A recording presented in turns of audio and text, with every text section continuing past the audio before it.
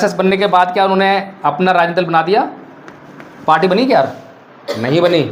1977-78 में जाके उनका संघ बना, मेरे ख्याल से पहली बार राजनीतिक पार्टी जनसंघ, ऐसे थे ना? हाँ, उसके बाद राजनीति कर रहे हैं। तब तक राजनीति सोची नहीं उन्होंने, तब तक क्या बनना है? एमपी बनना है, सबको एमएलए एमपी बनना है। जबकि जो बुद्धिजीवी वर्ग जो है उसका काम क्या होना चाहिए? उसका काम होना चाहिए, उसका काम एमएलए एमपी बनने का नहीं होना चाहिए, एमएलए एमपी बनाने का होना चाहिए। वीडियो बना, चलो वीडियो बन रहा है, ये ना बन रहा है वीडियो, बताओ क्या करोगे? बताओ वीडियो में क्या करोगे? वीडियो में क्या? बौद्ध धर्म के बारे में आप क्या जानते हो ये बताओ? यही कि मतलब हमें हिंदू धर्म में नहीं रहना चाहिए, मैंने कही था पहली बात है। और बताओ? देवी देवताओं को नहीं मानना चाहिए, रटी हुई चीज़ें हैं सबकी जो है। और बताओ? गौतम बुद्ध की बातों को मानना चाहिए, उनके कहीं वो गौतम बुद्ध की बातों को जो मानना चाहिए वो बताओ ना, कौन सी बातें हैं? वही तो पूछ रहे हैं। बताओ। ध्यान अब जाओ तुम बैठ जाओ। ये एग्जाम्पल दिया है, जितने लोगों ने भी हाथ खड़ा करा है। इच्छा तो है, मुझे पता है कि हम सबकी इच्छा है कि भारत जो है बौद्धमय हो, लेकिन उसके लिए जो काम करना है वो करना पड़ेगा, और वो करने के लिए हम तैयार नहीं है। वो काम ऐसा करना पड़ेगा जिसमें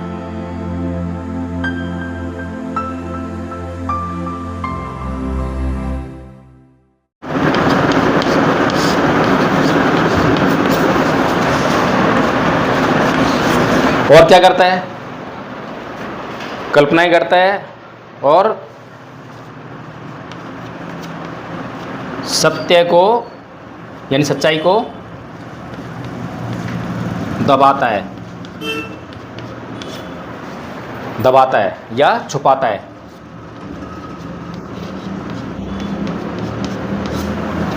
है ना? और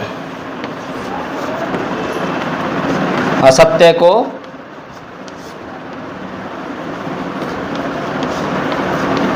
सत्य कहकर प्रचारित करता है।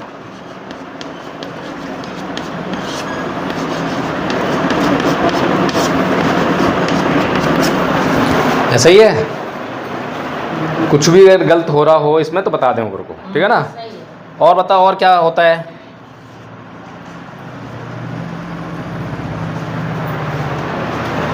रीति रिवाज,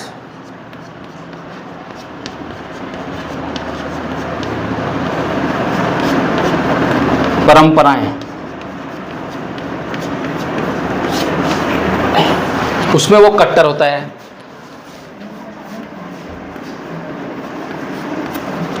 ठीक है? प्रतीक, प्रतीक का इस्तेमाल कैसे करता है वो? प्रतीकों से बांधता है, प्रतीकों से।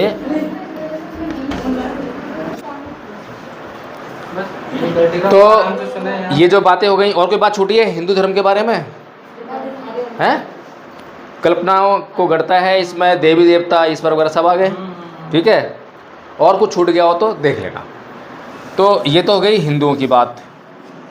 तो एक तो हम ये चेक कर सकते हैं कि क्या हम हिंदू हैं। तो अगर हम इन बातों में से कुछ भी मान रहे हैं, कुछ भी, तो हम हिंदू हैं, क्योंकि सारी बात तो हिंदू भी नहीं मानता, कोई हिंदू नहीं मानता। तो अब बताओ कौन कौन हिंदू है ईमानदारी से? है? दिल से मानना है, हम तो हिंदू हैं। हम नहीं है।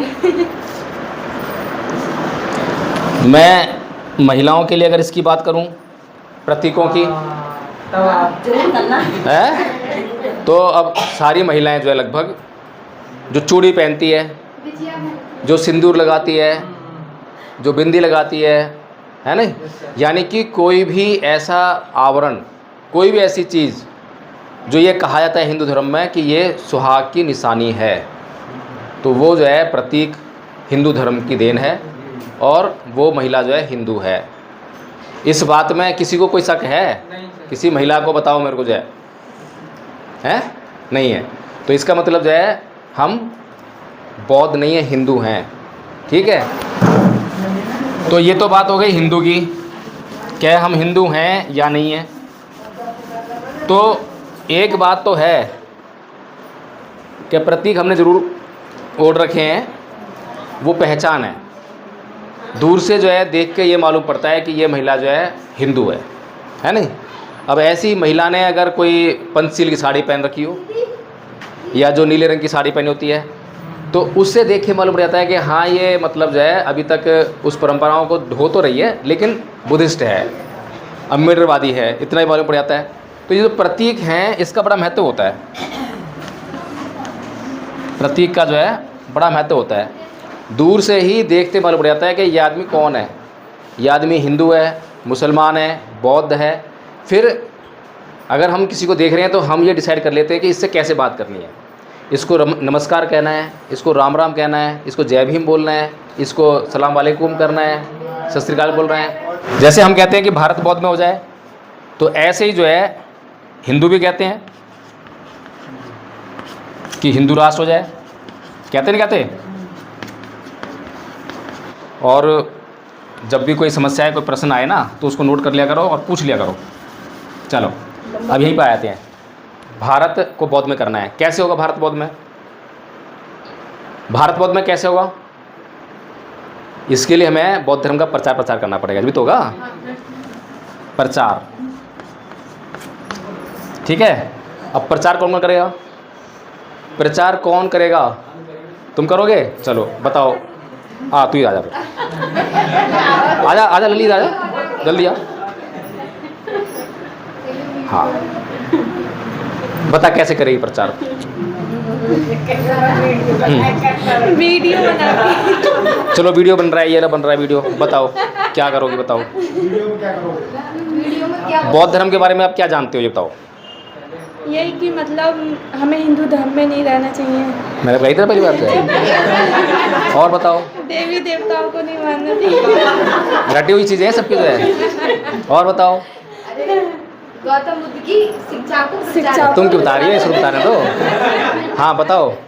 गौतम बुद्ध की बातों को मानना चाहिए, उनके कहीं वो गौतम बुद्ध की बातों को जो मानना चाहिए वो बताओ ना, कौन सी बातें हैं, वही तो पूछ रहे हैं। बताओ। ध्यान दो। अब जाओ तुम बैठ जाओ। ये एग्जाम्पल दिया है, जितने लोगों ने भी हाथ खड़ा करा है।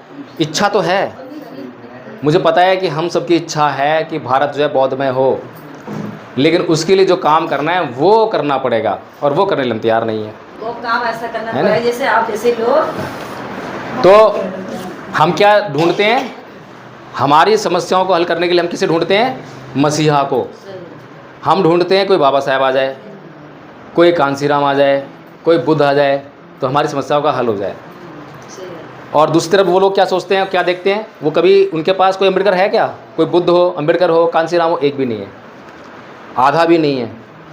लेकिन उनके पास जो है 1% कांसीराम है, और 1% कांसीराम वाले जो हैं हज़ारों लोग हैं, 1% अम्बेडकर है, हज़ारों लोग हैं।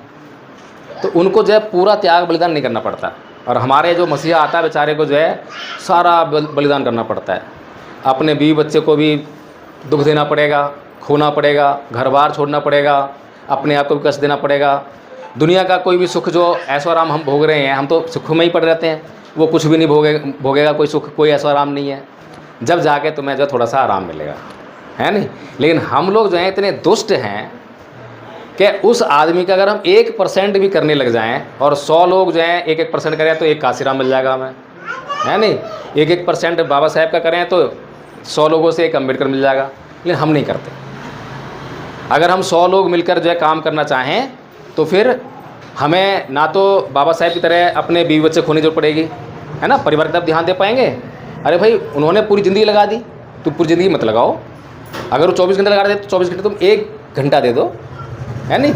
24 घंटे में से 1 घंटा कोई भी दे सकता है, आधा घंटा दे दो, कुछ नहीं। तो अगर इतना भी एक आदमी, अच्छा 24 घंटे में से कौन सा ऐसा आदमी है जो अपना 1 घंटा बेकार का नहीं खर्च करता? कोई ऐसा आदमी, सब खर्च करते हैं, घंटों घंटों बेकार खर्च करते हैं। लेकिन वो अपना 1 घंटा जो है अपने आप के लिए, अब ये जो काम कर रहे हैं बौद्ध में भारत, किसके लिए ज़रूरी है? कि दूसरों ज़रूरी है? हमारे अपने लिए ज़रूरी है। अगर मैं मान लो बौद्ध हूँ, ठीक है, मैं बौद्ध हूँ और ये मेरा पड़ोसी है, ये मेरा पड़ोसी है, चारों तरफ मेरे पड़ोसी तो हैं, इस संसार में सारे लोग हैं।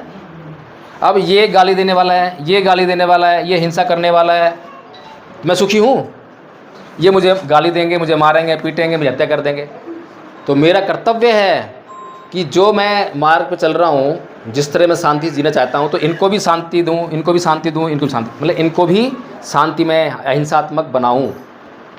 ये है बौद्धमय भारत। एक आदमी, 2 आदमी, 10 आदमी बौद्ध बन गया। अब थोड़े से बौद्ध है ना हम लोग, जो है हम शांति देना चाहते हैं, लेकिन वो लोग हमें शांति देना चाहते हैं, तो कष्ट तो हमें होगा ही होगा। तो इसीलिए हमारा ये जो बौद्ध है, इसको बौद्ध में भारत करना पड़ेगा, जब शांति जी पाएगा, है नहीं?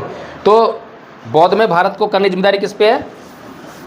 बौद्ध में भारत को कौन बनाएगा? बौद्ध में भारत, भारत को कौन बनाएगा? बौद्ध में भारत हम सब दोनों। बौद्ध ही तो करेंगे। बौद्ध लोगों के ऊपर जिम्मेदारी है कि वो बौद्ध में भारत बनाएं। अच्छा, और जो अम्बेडकरवादी उनका क्या है? जो कहते हैं कि हम अम्बेडकरवादी हैं। अब कोई भी उठता है, खड़ा होता है, कहता है मैं अम्बेडकरवादी हूँ, है ना? महमूद प्राचा जी मुस्लिम है, वो कहते हैं मैं अम्बेडकरवादी हूँ। ऋतु, प्रोफेसर ऋतु जो है, सिकड़ी सिकड़ी चिल्लाती है, कहती मैं अम्बेडकरवादी हूँ। है अम्बेडकरवादी? क्या बताओ? अम्बेडकरवादी का मतलब क्या है? अम्बेडकरवादी का मतलब क्या है? बाबा साहब ने भी कहा था बौद्ध में भारत के लिए, है ना? अम्बेडकरवादी तो का मतलब यही होता है। जब तक कोई भी व्यक्ति बौद्ध नहीं बनता, अंतिम जो लक्ष्य है बौद्ध बनना है अम्बेडकरवाद का, तो जब तक वो अम्बेडकरवाद हो ही नहीं सकता, है ना? तो फिर ये लोग कौन है जो बाबा साहेब की बात कहते हैं, संविधान की बात करते हैं, है ना? तो ये लोग कौन है जो बाबा साहेब बात करते हैं, अम्बेडकर की बात करते हैं? कौन है ये लोग? ये लोग अम्बेडकरवादी तो नहीं है, लेकिन ये अम्बेडकर समर्थक हैं। क्या हैं? अम्बेडकर समर्थक। ये कहते हैं अम्बेडकर की ये वाली बात तो ठीक है, ये वाली बात थोड़ी सी ऐसी है वैसी है। कुछ लोग कहते हैं कि बाबा साहेब ने जो धर्म परिवर्तन किया वो उनका निजी मामला था, है ना? तो वो अम्बेडकर समर्थक हैं, अम्बेडकरवादी नहीं हैं। जो अम्बेडकरवादी होगा वो बुद्धिस्ट होगा ही होगा। ठीक है, तो बात हो गई ये वाली कि बौद्ध और अम्बेडकरवादी। जो अम्बेडकरवादी कहे उससे पूछ लो कि तू बौद्ध है क्या? नहीं हूँ, तो अम्बेडकरवादी नहीं है, ख़त्म बात। ये दोनों लोग जो हैं, इनके ऊपर जिम्मेदारी है कि इनको भारत को बौद्ध में करना ही पड़ेगा। ठीक है, अब ये भारत को बौद्ध में करेंगे कैसे? ये लली आई थी अभी, कह रही थी मैं करूँगी, हैं? अब जब सब इससे पूछा, अब सीखेगी तब करेगी। हाँ, जब इससे पूछा तो कह रही है कि हिंदू धर्म को नहीं मानना, ये तो पता ही है। तो बौद्ध धर्म का प्रचार प्रसार करने के लिए वही आदमी प्रचार प्रसार कर पाएगा जो बौद्ध धर्म को जानता होगा। अब बौद्ध धर्म के बारे में हम क्या जानते हैं? जो बौद्ध लोग हैं मैक्सिमम जो है वो ये जानते होंगे वंदना करना, बस। अब वो वंदना कैसी हो जाती है? हमारे पूजा पाठ की तरह रहती है, जैसे हिंदू पूजा पाठ करते हैं वैसे हमारी वंदना हो गई है। फ़र्क क्या है?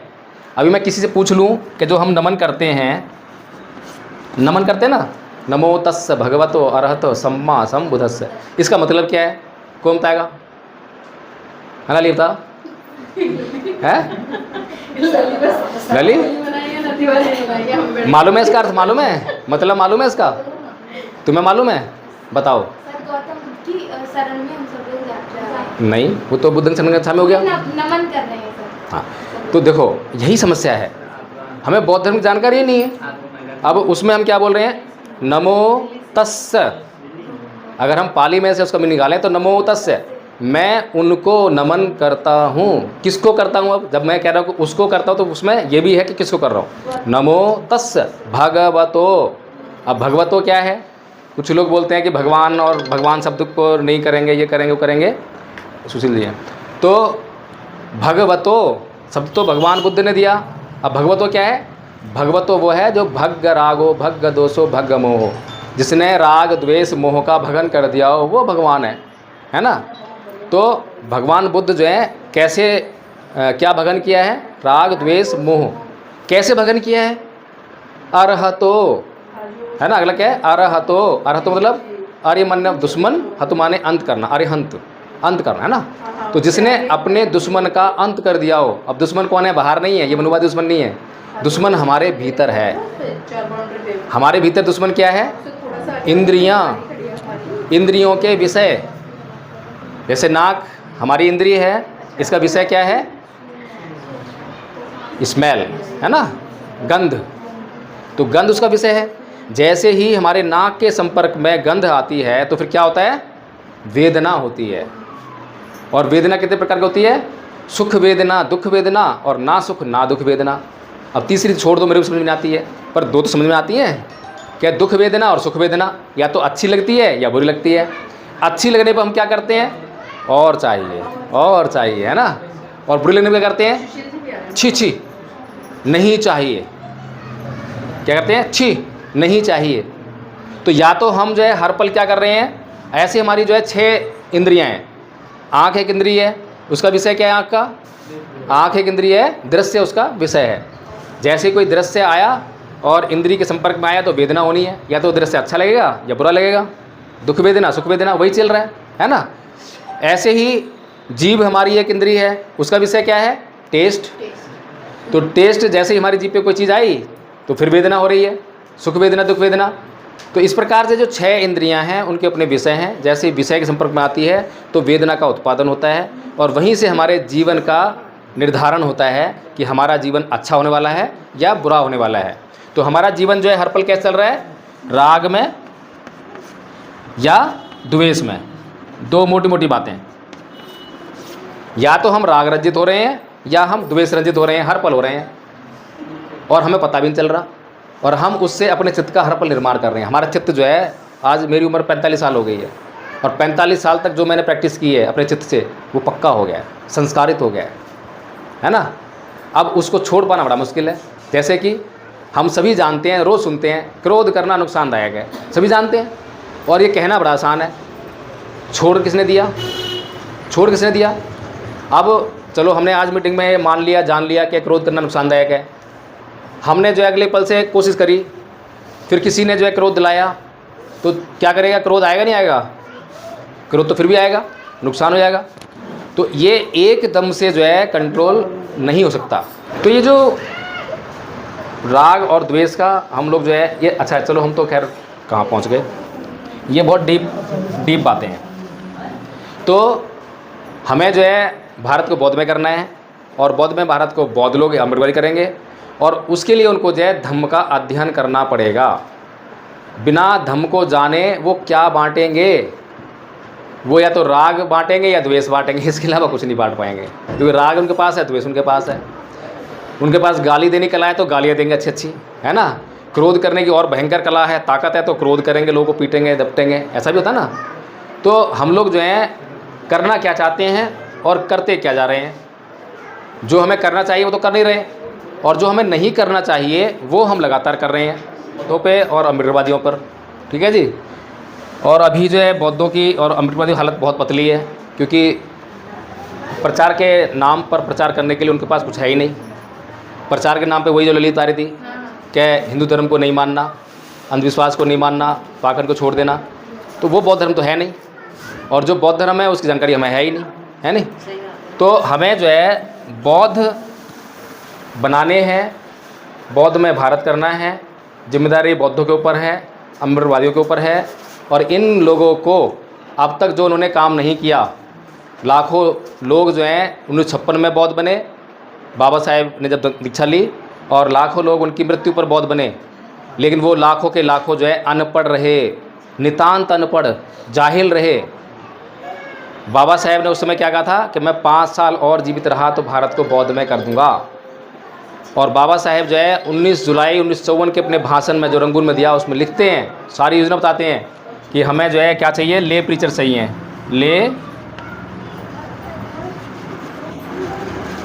ले प्रीचर्स, हिंदी में कहेंगे तो साधारण ट्रेनर्स, इंग्लिश समझते हैं इतनी तो ना, ट्रेनर्स, है ना, जो सिखा सकें, इसकी बात करते हैं। तो हमने क्या करा, हमने भी जो है, अच्छा इसी से कंसेप्ट आया बौद्धाचार्य का, जो आप सुनते हैं, है ना, बौद्धाचार्य का कंसेप्ट इसी से आया। तो मैंने भी कुछ प्रयास शुरू किया। मैंने जो है बौद्धाचार्य नहीं बनाए, मैंने बनाए धम्माचार्य, और धम्माचार्य बनाए, और एक कोर्स तैयार करा मैंने। कोर्स तैयार करा मैंने, फर्स्ट ईयर प्रथम वर्ष का कोर्स, द्वितीय वर्ष का कोर्स, और तृतीय वर्ष का कोर्स ये मैंने तैयार कराया है। लेकिन मैंने ये नहीं कहा कि यही रहेगा। कोई और विद्वान साथी आता है, वो कहता है कि इसमें ये ऐड कर दो, इसमें से रिमूव कर दो। हमारा संघ है और संघ निर्णय करता है कि हाँ ऐसा होना चाहिए, तो वो मान लिया जाएगा। ऐसा बिल्कुल भी नहीं है कि जय भीम प्रकाशन कर दिया तो वही चलेगा, बिल्कुल भी नहीं है। ठीक है। तो जो प्रथम वर्ष का कोर्स है उसमें हमने ले प्रीचर्स बनाए, यानी कि जो हर एक बौद्ध को उतना तो आना ही चाहिए। तो उसमें क्या है, एक तो वंदना ही है, क्षमा याचना, शील याचना, नमन, तिसरण, पंचशील, धम्मपालन गाथा। सिलेबस की कोई बुक्स वगैरह? हाँ मेरे पास है, पम्पलेट है, मैं दे दूँगा अभी। ठीक है। और सब सुख गाथा जो है, सभ्य सत्ता जिसे कहते हैं। इसके अलावा उस प्रथम वर्ष के कोर्स में हमने धम्मपद की पहली 5 गाथाएं डाल दी, जो कि इतनी इम्पोर्टेंट हैं कि जीवन का सारा वो नक्शा बदल जाएगा जिसने वो 5 गाथाएं याद कर ली। और प्रथम वर्ष के हमारे अब तक पिछले 1 साल से प्रयास चल रहा है, 30 से अधिक आचार्य प्रथम वर्ष के हम तैयार कर चुके हैं। और कोर्स मात्र 4 पेज का है। एक मैडम है बंगाल से, उन्होंने मात्र 3 दिन में वो कोर्स याद कर लिया, क्योंकि वो पहले से बहुत थी, आधा कोर्स उनको याद था ही, 5 से उनको पद याद करने थे, थोड़ी प्रैक्टिस करी, हो गया याद। ठीक है। किसी ने 1 हफ्ते में कर लिया, किसी ने महीना, किसी ने जो पहले हमारे जो आचार्य हैं 5-6 उनको तो बहुत समय लगा। मैंने खुद उनको ट्रेनिंग दी, ऑनलाइन ट्रेनिंग दी, क्योंकि उनका कुछ भी तो आता नहीं था। मजदूर है, कोई नाई का काम कर रहा है, शिक्षा कोई लेना है नहीं, लेकिन वो आचार्य बने। और आज उनमें से 1 प्राचार्य, 2 प्राचार्य हैं और बहुत अच्छा काम चल रहा है। इसके अलावा जो है हमने इस कोर्स को बताने के लिए, करवाने के लिए हमने निर्माण किया विश्व अशांति निवारण स्कूल। विश्व अशांति निवारण स्कूल। कैसा लगा नाम? अटपटा है? अटपटा है ना? शांति निवारण। हाँ अटपटा है, शांति का निवारण करना है। लेकिन बिल्कुल बुद्ध की लाइन पर है। नहीं, शांति का निवारण थोड़ी करना है। देखो, बुद्ध से पहले तमाम ऋषि मुनि जो है सत्य की खोज कर रहे थे ना, जंगलों में जाकर ध्यान साधना करते थे, सत्य खोज करते। सत्य में क्या पाते थे वो जो है, उन्हें क्या चाहिए? उन्हें चाहिए स्वर्ग। स्वर्ग कैसे मिलेगा? ईश्वर कैसे मिलेगा? सुख कैसे मिलेगा? अप्सराएं कैसे मिलेंगी? उनका लक्ष्य ये था। ऐसे गलत कह रहा हूँ जी मैं? इसके लिए साधना करते थे, तपस्या करते थे। लेकिन पहली बार एक महामानव हुआ जो इनके पीछे नहीं गया बिल्कुल भी। सुख को खोजने नहीं गया, वो गया दुख को खोजने। वो जब दुख को खोजने गया तो उसने जो है सबसे पहले दुख को परिभाषित किया, क्योंकि जिस चीज़ की परिभाषा हमारे पास नहीं है तो खोजें कैसे? इस कमरे में बहुत सारी चीज़ें रख दी, मोबाइल रखा हुआ है। अब किसी आदमी को पता ही नहीं है मोबाइल कैसा होता है, और मैं उसको बोल दूँ जाके मोबाइल लिया कमरे से, लाएगा क्या? पूरी ज़िंदगी ढूंढता रहेगा, ला ही नहीं सकता मोबाइल, पता ही नहीं उसको मोबाइल क्या होता है। लेकिन मैं उसको बाहर से ये बोल दूँ कि मोबाइल देख ऐसा होता है और फिर बर्तन दबाएगा, ऐसा हो जाएगा, तो वो जो है अंदर आएगा और थोड़ी देर में ढूंढ के ले आएगा। ऐसा ही है ना? तो सबसे पहले भगवान बुद्ध ने क्या कहा कि भैया सुख क्या होता है हम नहीं जानते, उसको परिभाषित भी नहीं कराया जाता। सुख को किसी परिभाषित किया ही नहीं है।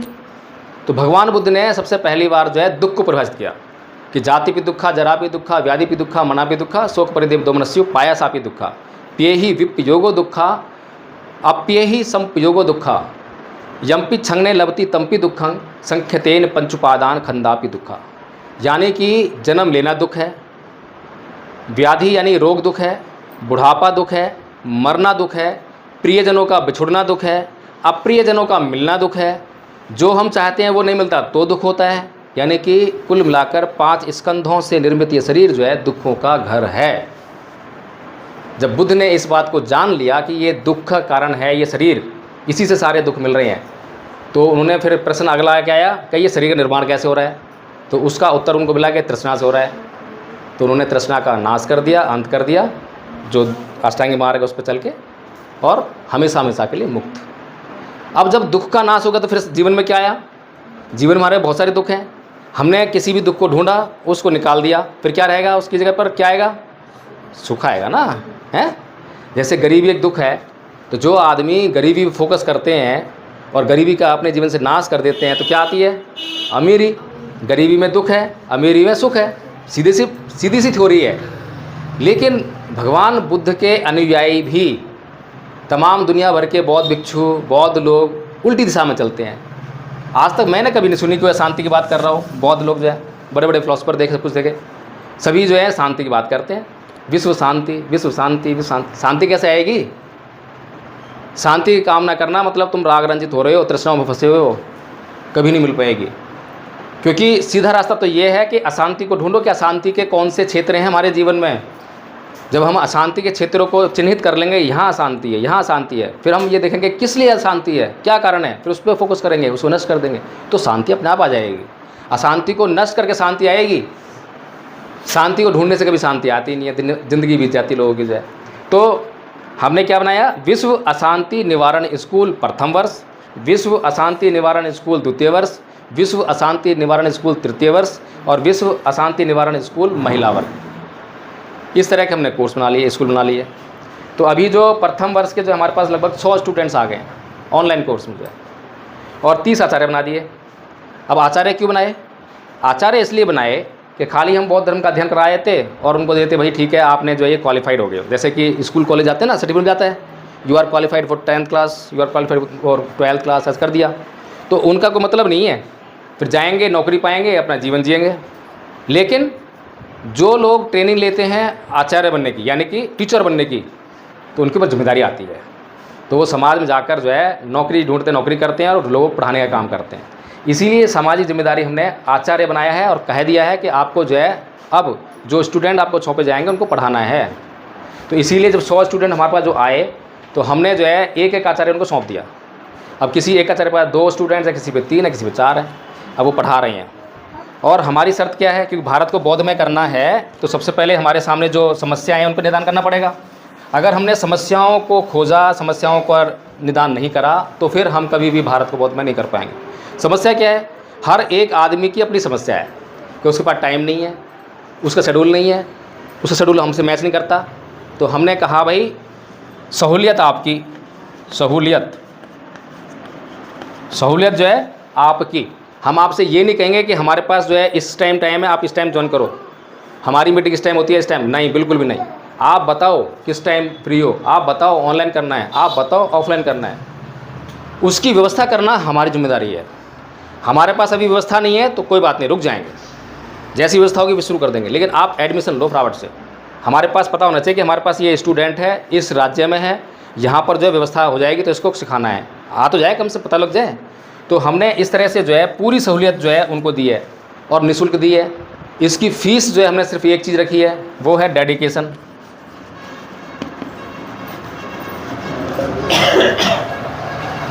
डेडिकेशन ही फीस है और कोई फीस नहीं है। और ऐसा नहीं है कि कोई आया तो दान दो जी, दान दो जी। पहले आओ, समझो क्या हो रहा है, जानो। जब तुम्हारे भीतर उसके प्रति जो है कुछ विश्वास पैदा हो जाए, जब श्रद्धा आएगी तो अपने आप सब कुछ दे दोगे, अपने आप सब कुछ करोगे, हमें ज़रूरत ही नहीं कुछ मांगने की जो है। ठीक है जी। तो इस तरह से जो है प्रथम वर्ष का जो कोर्स है उसमें बता दिया मैंने आपको कि सभी को करना ज़रूरी है। अगर प्रथम वर्ष का कोर्स करे हुए ये लली होती तो यहाँ आके बोलती कि बौद्ध धर्म ये है और गाथाएं सुनाती। पहली 5 गाथाएं हैं कि ना ही वेरेन वेरानी समझाचनंग अवेरेन च समंती ऐसे बसंतरो। भगवान बुद्ध ने कहा है वैर से वैर कभी शांत नहीं होता, और लेकिन ये सारा संसार जो है वैर से वैर शांत कर रहा है। और एक उदाहरण उठा देती कि श्री कृष्ण जी जो है गीता में वैर से वैर को शांत कर रहे हैं, है नहीं। तो इस तरह से हम जो है अगर सीख जाएंगे तो आराम से चर्चाएँ, अब चर्चा तो करते ही ना, स्कूल जाती होगी, कॉलेज जाएगी, वहाँ लोग मिलेंगे, सहेलियाँ मिलेंगी, अब उनसे क्या बात करेगी। अब धर्म की तो बात पता नहीं है तो जो उनकी बातें हैं वही करनी पड़ेंगी। गायत्री मंत्र भी सीख के आ जाएगी, हैं, वो सीखी आएगी, वहाँ सिखाएंगे, सीखना पड़ेगा। लेकिन जब पता होगा कि बुद्ध का धम्म क्या है, उसका इस्तेमाल कैसे हम करके जो सुखी हो सकते हैं, तो आप जो है सबको गाओगे, सबको बजाओगे। जैसे किसी आदमी को हमने दवाई बताई कि भाई ये दवाई खा लियो तेरा दर्द दूर हो जाएगा, और उसे खाते ही दर्द में आराम, फिर क्या करता है वो, जिसको भी पता लगता है ना इसको दर्द हो रहा है, उसे फिर कुछ नहीं, ये वाली दवाई खा लियो, है। तो ऐसे ही जो है सबसे पहले दवाई खुद खाओ, और जब दवाई खुद खाओगे पता लग जाएगा भैया तो बड़े मतलब असरदार है, तो कहने की जरूरत नहीं पड़ेगी कि तुम प्रचार करो, प्रचारक खुद हो जाओगे, तुम एडवर्टाइजमेंट खुद हो जाएगी। तो इसीलिए हम जो है बौद्ध आचार्य धम्माचार्य बना रहे हैं। प्रथम वर्ष का धम्माचार्य, द्वितीय वर्ष का धम्माचार्य, तृतीय वर्ष का। अभी हमारा जो स्कूल है वो द्वितीय वर्ष तक स्टार्ट हो गया है, क्योंकि प्रथम वर्ष के हमारे 30 आ गए हैं, तो उन्हीं में से जो लोग इच्छुक हैं तो उन्होंने एडमिशन लिया दूसरे वर्ष में। फिर इसमें से जो तीसरे वर्ष का, अच्छा दूसरे वर्ष का कोर्स क्या है ये भी समझना जरूरी है। दूसरे वर्ष के कोर्स में हमने रखा है संस्कारकर्ता, हमें बनाने हैं संस्कारकर्ता, संस्कारकर्ता। अब ये क्यों बनाने हैं? फिर सवाल आता है बौद्ध भिक्षु क्या करेंगे? बौद्ध भिक्षु जो हैं मेरे हिसाब से काम के नहीं हैं अधिकतर, कुछ एक बौद्ध भिक्षु हैं जो जानते हैं और उस हिसाब करते हैं। अच्छा, सबसे बड़ी समस्या ये भी नहीं हमारी जो है कि बौद्ध भिक्षु क्या करेंगे क्या नहीं करेंगे। हमने अपने लोगों को यही बोला है कि भाई जितने भी आचार्य हैं, अगर कोई बौद्ध भिक्षु है तो आपने कुछ नहीं करना, साइड में बैठ जाओ, बौद्ध भिक्षु करने दो। लेकिन हमने कुछ और सोचा है। पहले ये बता दूं कि ये संस्कारकर्ता जो है क्यों ज़रूरी है, क्योंकि बाबा साहेब जो है 19 जुलाई 1954 के जो भाषण है उसमें लिखते हैं कि भारत जो है बौद्ध में था, ईरान तक यूनान तक पूरा बौद्ध में था, इतना बड़ा विशाल क्षेत्र जो है बौद्ध था। तो ये बौद्ध गए कहाँ एकदम से कहाँ चले गए एकाएक जो है, इतनी आसानी जाने नहीं चाहिए। तो वो कहते हैं कि भाई जब इस क्षेत्र में बौद्ध भिक्षुओं का कत्लेआम हो गया या फिर कुछ लोग भाग गए, भारत जो है, भारत भूमि जो ये वाली जो है बौद्ध भिक्षुओं रहित हो गई। अब जो हमारे जो बौद्ध उपासक हैं, जो बौद्ध लोग थे, उनके घरों में सबकी एंट्री थी। बौद्ध भिक्षु भी आ सकता है, ब्राह्मण भी आ सकता है। तो जब बौद्ध भिक्षु तो है नहीं और संस्कारों में बंधा हुआ आदमी है, उसे घर बनाया है, गृह प्रवेश करवाना है, तो बौद्ध भिक्षु तो है नहीं, ब्राह्मण आया कि लाओ जी मैं करवा दूँ, हो गई एंट्री। कितना आसानी से हुई है। इसीलिए बाबा साहब कहते हैं कि हर एक बौद्ध को संस्कार करना भी आना चाहिए, ताकि उसको जो है इस बात की ज़रूरत ना पड़े कि बौद्ध भिक्षु है या नहीं है, खुद से तैयार हो जाए। ठीक है। फिर दूसरा पॉइंट क्या था? संस्कारकर्ता हो गया। और संस्कारकर्ता, हाँ, सबसे महत्वपूर्ण चीज़ ये है प्रचार वाली जो है कि जब विवाह होता है तो हम विवाह में बहुत सारे लोगों को बुलाते हैं, वो हिंदू भी हैं, मुसलमान भी हैं, अपने रिश्तेदार भी हैं जो नहीं जानते, नहीं मानते, हम सिखाते रहते नहीं मानते। तो एक बहुत बड़ा मौका मिलता है, 100-200 लोग वहाँ पर हैं। लेकिन होता क्या है, हम खाली रीति रिवाज का बहन करते हैं, छोड़ दिया, काम ख़त्म। लेकिन वो इतना अच्छा मौका आया है, अगर कोई बौद्ध विद्वान या बौद्ध भिक्षु, विद्वान भिक्षु जो है 1 घंटे की ऐसी देशना करे, धम्म के बारे में ऐसी चीज़ें सिखा दे जिससे कि लोगों को लगे कि बस यही मेरा कल्याण कर सकती है। तो बताओ, वहाँ पर आए हुए लोग जो हैं बौद्ध ना बने, लेकिन बुद्ध को तो, बुद्ध के भीतर तो विश्वास आने लग जाएगा, श्रद्धा आने लग जाएगी, हैं, समझ में आने लग जाएगी भाई बौद्ध धर्म का मार्ग जो कैसा है, किसी के लिए बुराई का मार्ग नहीं है, कल्याण का मार्ग ही है, तो समझ में आने लग जाएगा। तो ये सब होता नहीं है। अभी जन्मदिन मना रहे हैं, वहाँ बौद्ध भिक्षु ला रहे हैं, लेकिन बौद्ध भिक्षु जो है वो जो देशना है वो नहीं हो रही है, देशना नहीं हो रही है, सब कुछ हो रहा है। और देशना के नाम पे जो हो रहा है वो कुछ नहीं कर पा रहा है, उससे जो है लोगों का माइंड चेंज नहीं हो रहा। इसलिए हमारा संस्कारकर्ता जो है, पहली 5 धम्मपद की गाथाएँ इतनी इंपॉर्टेंट हैं। अगर मैं एक बताऊँ, जैसे कि नाही विरंग है ना, ऐसी अकोछी मंग अवधि मंग अजिनी मंग आहासी में ये चतंग उपनहंती विरंग तेसंग नैसम्मति। उसने मुझे मारा, उसने मुझे पीटा, उसने मुझे जीत लिया, उसने मेरा सब कुछ छीन लिया। जो इस प्रकार की बातें अपने मन में बनाए रखते हैं, उनका वैर कभी शांत नहीं होता। अब ये गाथा कितनी इंपॉर्टेंट है किसी भी व्यक्ति के जीवन में। हम लोग जो है रोज़ कहीं ना कहीं कुछ ना कुछ ऐसा होता है, हमारी घटना घटती है, बहन भाइयों में क्लेश हो गया, पति पत्नी में हो गया, होता है, और हमें इस चीज़ की जानकारी नहीं है कि हमें क्षमा करना है, सहनशील होना है, मानना है। ऐसी घटना हमारे एक साथी से घटी। हमारे एक साथी हैं, दिल्ली पुलिस में हैं, और इतने क्रोधी स्वभाव के, इतना गुस्सा करने वाले हैं कि बस पूछो मत। एक दिन उनकी मैडम का फ़ोन आया, जी प्रकाश जी 3 दिन से बोलचाल नहीं हुई है, बहुत समस्या भारी गंभीर हो गई है। तो हम घर पे गए। जैसे हम घर पे गए, वो ड्यूटी से आए, तो वो मैडम जो है पानी का गिलास लेकर आए। तो वो बोलते हैं, अगर ये लोग घर पे ना आए होते तो ये पानी का गिलास तेरे मुंह पे दे के मारता। इतना भारी गुस्सा। अब बात ये थी कि हम जो है 2-3 महीने पहले जो है पार्क में मिला करते थे रोज़ सवेरे, और थोड़े से एक्सरसाइज करी, उसके बाद जो है धमकाते हैं। ये वाली गाथा मैं सिखा रहा था उनको, और याद भी होगी थी उनको, अर्थ भी आ गया था। तो मैंने सिर्फ उनसे यही कहा, मैं संतोष जी एक बार बताओ, हम रोज़ सवेरे जो है गाथा बोलते हैं, एक गाथा याद करते हैं, उसका मतलब क्या है? बस इतना कहना था और सारा गुस्सा छू। उसके बाद जो है आज तक शिकायत नहीं आई कि कभी उन्होंने जो है घर में कोई कलेश हुआ, क्योंकि हमने जो है बुद्धिज़्म की प्रैक्टिस नहीं की है, तो उसका अभ्यास ही नहीं किया है। और अब तक जो हम करते आए हैं वो सब जो है हिंदू संस्कृति का हिस्सा है। हम हिंदू संस्कृति की प्रैक्टिस कर रहे हैं रोज़। जो चित्त में जितने विकार हैं उनकी प्रैक्टिस कर रहे हैं, उनको निकालने की कोशिश कर रहे हैं, बल्कि उनकी और बढ़ा रहे हैं उनको जो है। तो इस तरह से जो है एक संस्कारकर्ता जो है एक अच्छी देशना के माध्यम से जब भी उसको मौका मिलता है, चाहे जन्मदिन का मौका हो, विवाह का मौका हो, अंतिम संस्कार प्रतित्राण पाठ होता है, तो जब भी मौका मिलता है वो जो है वहाँ पर लोगों में ये जो है चित्त में परिवर्तन कर सकता है।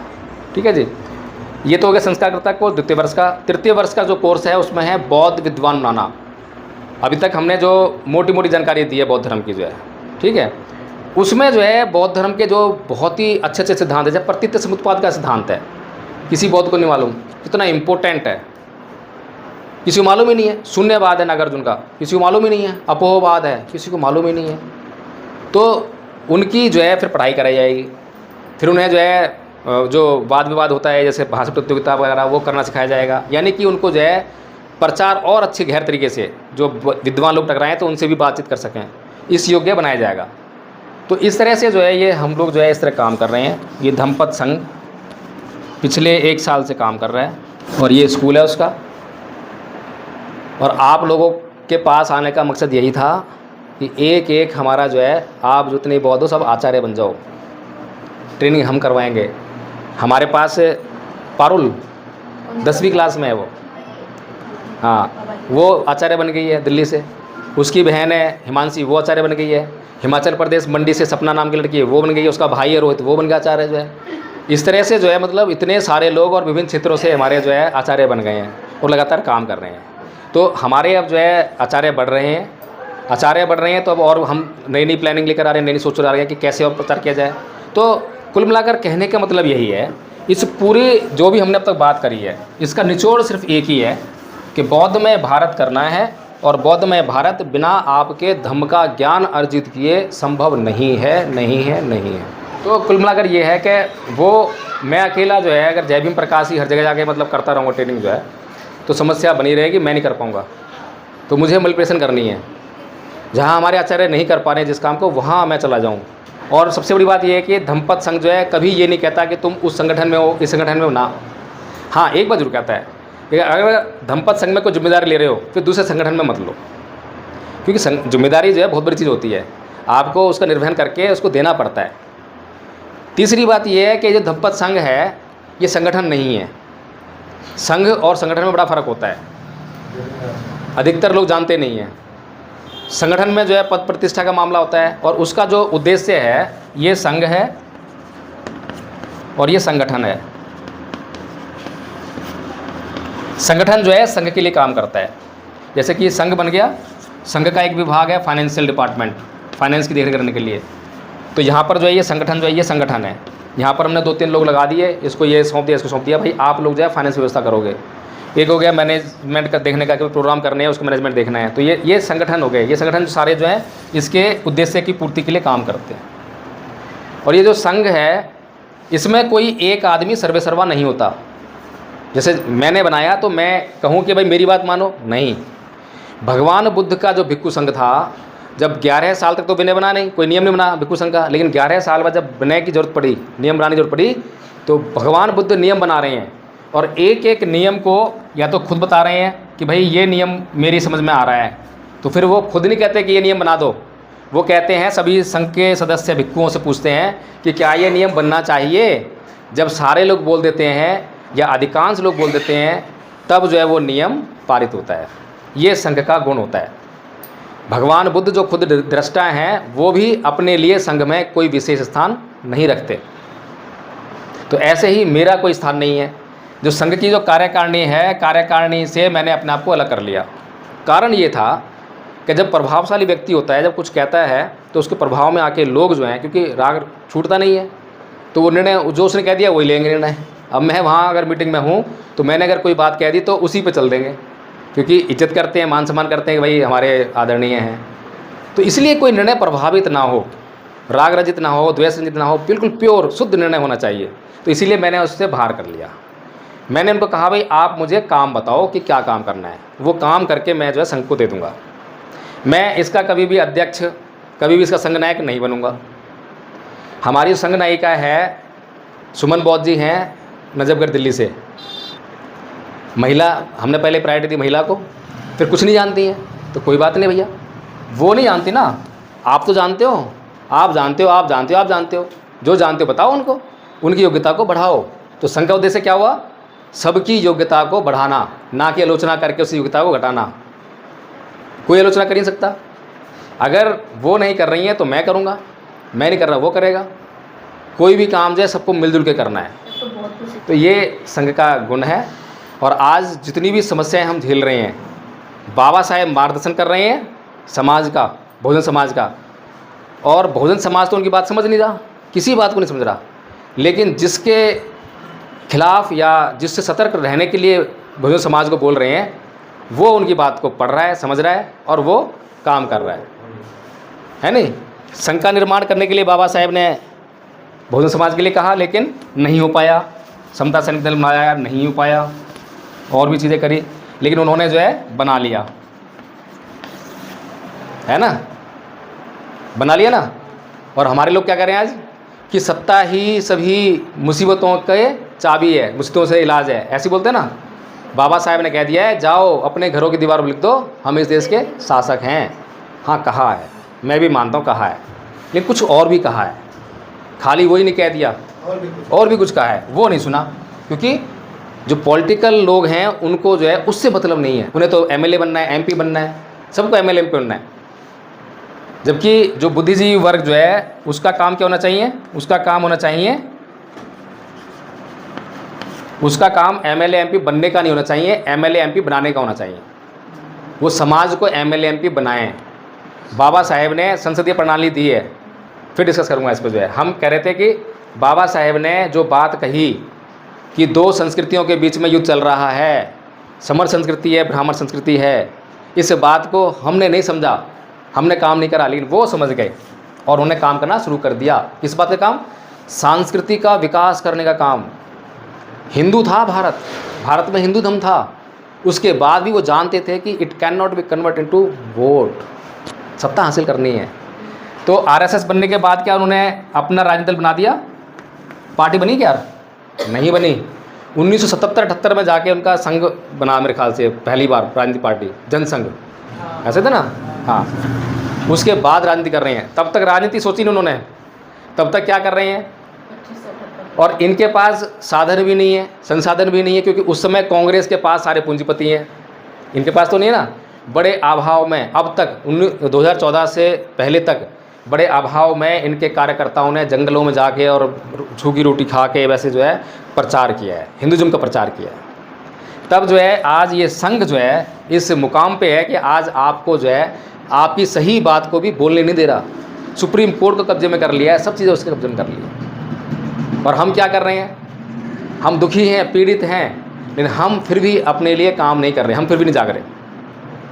जागना तो हमें चाहिए, करना हमें चाहिए था। बाबा साहेब बात हमारे लिए कह रहे हैं और हम तो सुन नहीं रहे हैं, वो सुन रहे हैं, वो कर रहे हैं काम। ये व्यवस्था उनकी थी नहीं, उनकी तो राजतंत्र वाली व्यवस्था थी, तानाशाही वाली व्यवस्था थी, लेकिन अपने लिए उन्होंने जो है एक व्यवस्था का निर्माण कर लिया जिससे कि वो कामयाबी हासिल करेंगे। और जो व्यवस्था हमारी थी, शाक्य गण था, हमने पढ़ा ना, शाक्य गण था, कैसी व्यवस्था थी? भिक्षु संघ था, कैसी व्यवस्था थी? वो सारी व्यवस्था हमारी थी, लेकिन हम उसको नहीं समझ पाए और हमने ना उसको अपनाया, और इसीलिए हमारे दुखों का कारण ये है। तो इसीलिए हमें एक संघ की ज़रूरत है। अगर आज हमारे पास संघ होता तो आज बहुजन समाज पार्टी वोट के लिए नहीं तरस रही होती, कुछ कहने की जरूरत नहीं पड़ती। आज दिल्ली में क्या हुआ? दिल्ली में केजरीवाल आया और सबका वोट साफ, किसका वोट बचा? बीजेपी का। क्यों बचा? कैडराइज था। दो ही कैडराइज आधारित पार्टी है ना, बीजेपी और बीएसपी।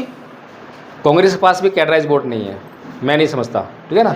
हाँ, तो बीएसपी का वोट भी बचना चाहिए था, लेकिन वो भी चला गया। क्यों चला गया? क्योंकि हम लगातार काम नहीं कर रहे हैं। तो कुल मिलाकर यही है, सारी समस्याओं का जो समाधान है संघ है।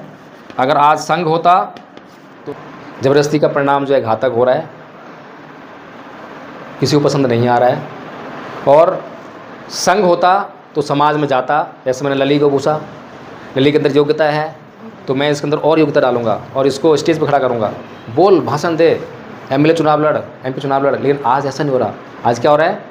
अरे ये जो है भाषण देना अच्छा जानती है, ना ना पैसे नहीं है इसके पास, अगर इसको मैंने स्टेज दे दिया, पैसे दे दिए, तो ये नेता बन जाएगी, ये एमपी बनेगी, ये एमएलए बनेगी, और मैं चाहता नहीं, मैं चाहता हूँ कि मैं बनूँ।